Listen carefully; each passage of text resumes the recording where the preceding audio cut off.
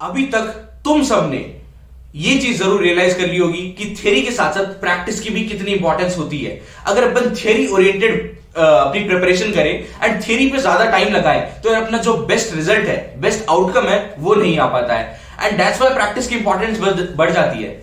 In fact अगर अपन बात करें तो अपना majority of the JEE preparation का जो टाइम है वो जा रहा होता है प्रैक्टिस के अंदर। तो जिस चीज में अपन हजारों घंटे लगा रहे हो प्रैक्टिस के अंदर, तो it doesn't hurt to know कि उसमें 10 मिनट अपन अपना स्पेयर करके, it doesn't hurt to know कि क्या हम सही डायरेक्शन में लगा रहे हैं। क्योंकि भले तुम हार्डवर्क कर रहे हो अच्छे से, लेकिन अगर तुम गलत डायरेक्शन में कर रहे हो ना, तो तुम्हारा जो एक्सपेक्टेड रैंक है, एक्सपेक्टेड रिजल्ट है, वो नहीं आ पाएगा।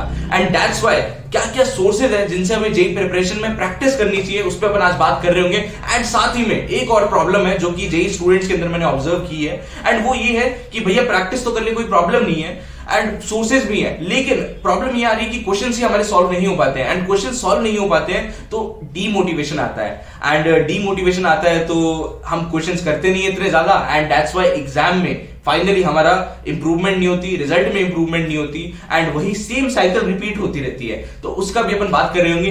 3 स्टेप्स में अपन प्रैक्टिस कर रहे होंगे ताकि तुम्हारे जो प्रैक्टिस करने में जो क्वेश्चंस करते हो वो एक्यूरेसी बढ़ जाए। वो बहुत ज्यादा इंपॉर्टेंट है। बात करते हैं उस पर, शुरू करते हैं वीडियो।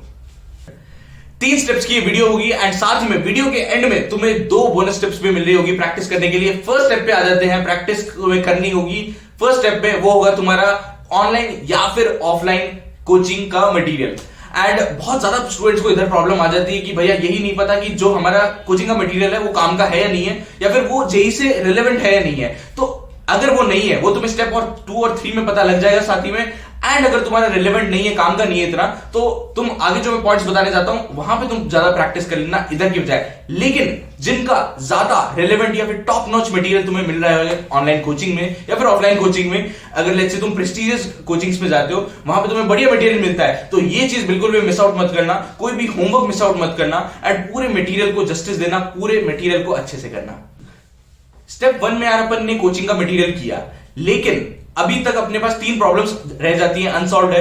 फर्स्ट प्रॉब्लम ये है कि उस चैप्टर में जेई में हर साल कितने सवाल आते हैं, यानी कि उस चैप्टर की इंपॉर्टेंस क्या है। सेकंड प्रॉब्लम ये है कि यार जेई मेंस में हर चैप्टर का एक टॉपिक फेवरेट होता है, उस टॉपिक से सबसे ज्यादा क्वेश्चंस पूछे जाते हैं। तो हर चैप्टर का वो फेवरेट टॉपिक क्या है वो अगर तुम्हें पता लग जाए, ताकि तुम उस टॉपिक पे सबसे ज्यादा मेहनत करो, तो तुम्हारा टाइम सेव होगा। एंड थर्ड इंपॉर्टेंट चीज जो अपन मिस आउट कर रहे हैं वो ये है कि यार अभी तक अपन ने जो भी स्टेप 1 में प्रैक्टिस की है उससे अपने को कितना चैप्टर समझ में आया वो अभी पता चलेगा अपने को स्टेप 2 में, जो कि है चैप्टर वाइज जेई मेंस के पुराने क्वेश्चंस करना।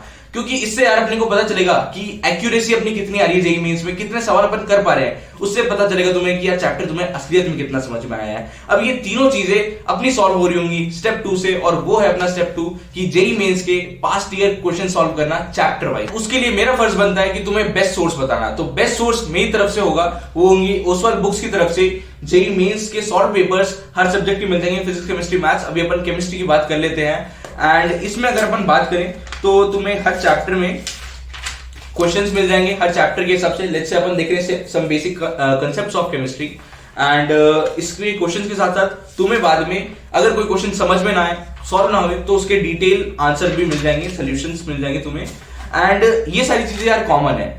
जो चीज यूनिक बनाती है, जिसकी वजह से मैं इस सोर्स को बेस्ट बोल रहा हूं, वो यार 2 चीजें होंगी। फर्स्ट चीज ये है कि हर चैप्टर के स्टार्ट में तुम्हें माइंड मैप्स मिल रहे होंगे। अब माइंड मैप्स से ये मतलब है कि तुम उस चैप्टर को 5 मिनट के अंदर क्विक रिवीजन कर सकते हो उस चैप्टर का, यानी कि एट द एंड एग्जाम से पहले तुम 5 मिनट दे सकते हो और वो चैप्टर तुम्हें पूरा रिवाइज हो जाएगा। एंड सेकंड सबसे बढ़िया चीज मुझे ये लगी कि जब तुम प्रैक्टिस कर रहे होगे तुम्हें कुछ टॉपिक्स पता चले होंगे उस चैप्टर के जो तुम्हारे वीक है। अब वो वीक चैप्टर के टॉपिक्स को तुम्हें इंप्रूव करना पड़ेगा, और उसके लिए तुम्हें हर चैप्टर में टॉपिक्स है उनके तुम्हें क्यूआर कोड्स मिल जाएंगे, जिनको तुम स्कैन कर दोगे तो उसके बाद उन चैप्टर्स को तुम वापस रिवाइज कर सकते हो, चैप्टर के टॉपिक्स को रिवाइज कर सकते हो और उन टॉपिक्स को वापस स्ट्रेंथन कर सकते हो। अब इनकी लिंक्स, बुक्स की लिंक्स मैं तुम्हें डिस्क्रिप्शन बॉक्स में डाल दूंगा। Do not forget to miss this step and do not forget to check those links out. Step 3 के अंदर अपन प्रैक्टिस कर रहे होंगे रिफ्रेशर से, एंड आई नो कि इस स्टेप का तुम्हें सबसे ज्यादा इंतजार था।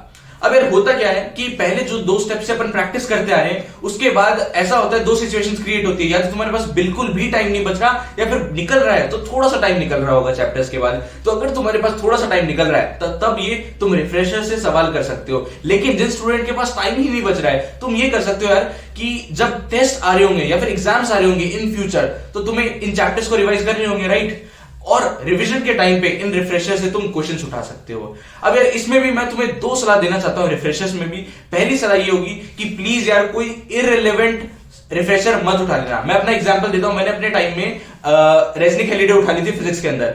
अब वो जेई के कोई भी रिलेटेड नहीं है, एंड प्लस उसका सिलेबस जेई से भी ऊपर जा रहा है, जेई से भी बाहर निकल रहा है, और इसी रीजन से वो मेरे काम ही नहीं आई है। तो ये गलती मत करना। सेकेंड चीज मैं तुम्हें गाइड करूंगा वो ये है कि यार ऑर्गेनिक एंड इनऑर्गेनिक केमिस्ट्री के अंदर कोई रिफ्रेशर लेने की जरूरत नहीं है। अगर तुम फर्स्ट 2 स्टेप्स पूरे अच्छे से कर रहे हो तो तुम्हें कोई भी जरूरत नहीं है। आई strictly I am against this thing कि इनमें भी रिफ्रेशर्स करनी होती है। अगर तुम दोनों स्टेप में से पहले कोई मिस आउट कर रहे हो तभी तुम इन दोनों में रिफ्रेशर्स रिकमेंड करना। एंड जो मैंने अपने टाइम पे रिफ्रेशर्स की थी वो तुम्हें डिस्क्रिप्शन में मिल जाएगी। बोनस स्टेप 1 पे आ जाते हैं, और वो ये होगी कि यार तीनों स्टेप्स में प्रैक्टिस करने से पहले एक बार नोट्स को अच्छे से जरूर देख लेना। और नोट्स को अच्छे से जरूर देख लेने से मेरा मतलब है कि 2 चीजें तुम्हें ध्यान रखनी है। पहली चीज है कि जो भी चीज मेमोराइज करने की हो वो तुम्हें याद होनी चाहिए, एंड सेकंड चीज ये है कि सारे फॉर्मुलेज के डेरिवेशंस एंड तो जो भी तुम्हारे नोट्स में क्वेश्चंस है वो तुम्हें खुद करने हैं अपने हाथों से, अगर अभी तक नहीं किए होंगे। बहुत ही सिंपल से 2 स्टेप्स हैं, लेकिन तुम जान के हैरान हो जाओगे कि कुछ स्टूडेंट्स ये भी पूरे नहीं करते, और बाद में जब क्वेश्चंस प्रैक्टिस करते हैं तो उनमें दिक्कत आती है, उनमें इतनी एक्यूरेसी बन नहीं पाती। तो मेक श्योर कि ये 2 चीजें तुम मिस आउट नहीं कर रहे हो।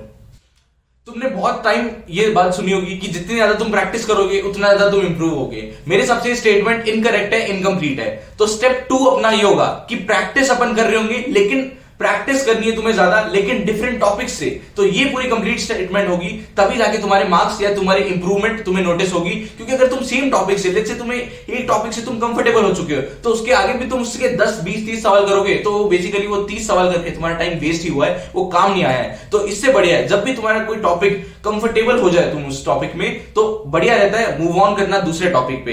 एंड इससे तुम टाइम भी सेव कर रहे होगे। और do not be that guy जो कि यार बेसिकली 100 क्वेश्चंस किए एक चैप्टर में, लेकिन वो किए सिर्फ 2 ही टॉपिक्स में। इंस्टेड बी दैट गाय कि जिसने 100 क्वेश्चंस किए लेकिन 3 या 4 टॉपिक्स में से किए, क्योंकि वो 20-30 क्वेश्चन करके हर टॉपिक में कंफर्टेबल हो गया था। तो ये चीज जरूर ध्यान में बात रखना, ताकि रिपीटिशन ना हो सेम टाइप ऑफ क्वेश्चंस का, और टाइम वेस्ट ना हो।